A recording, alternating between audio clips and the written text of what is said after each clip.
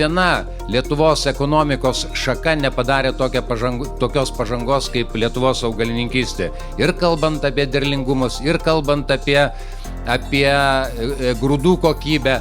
Tai aš manau, iš tikrųjų šiandien turim kuo pasidžiaugti, turim kuo pasididžiuoti. Na, o aš kaip žemės ūkio ministras iš tikrųjų turiu pripažinti, kad ta politika nėra labai smagus dalykas ir galiu jums tik pasižadėti, kad darysiu viską kaip ministras, kad valdžia mažiau jūs erzintų. Žinokit, į mūsų produktai Amerikoje iš tikrųjų yra aukščiausios kokybės. Šiuo metu augimas yra 30-40% per metus eksportas.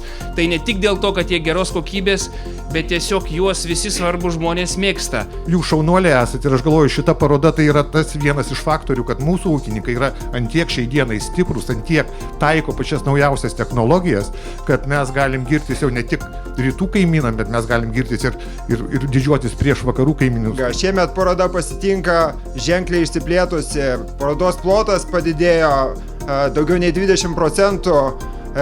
Ir užima šiuo metu 35 hektarus, taigi turėsite darbo aplankyti kiekvieną lankytoją. Kuriems svarbu žemės ūkis, kurie, kaip ką tik tai pasakė Seimo narys, iš tikrųjų žino, kad Lietuva pažengė labai toli ir kad mes tikrai ne bakūžių ir prasigėrėlių kraštas, o labai gražus kraštas, sugebantis tausiai dirbti žemę, gauti gerus derlius ir užauginti gerą grūdą. Iš tikrųjų noriu pasidžiaugti ir padėkoti ministrui ir vieninteliam Seimo nariui, kuris surado laiko, nes, kaip jis paminėjo, jis miestietis, bet jam įdomu kaimas, jis atvažiavo pažiūrėti, kaip mes gyvenam.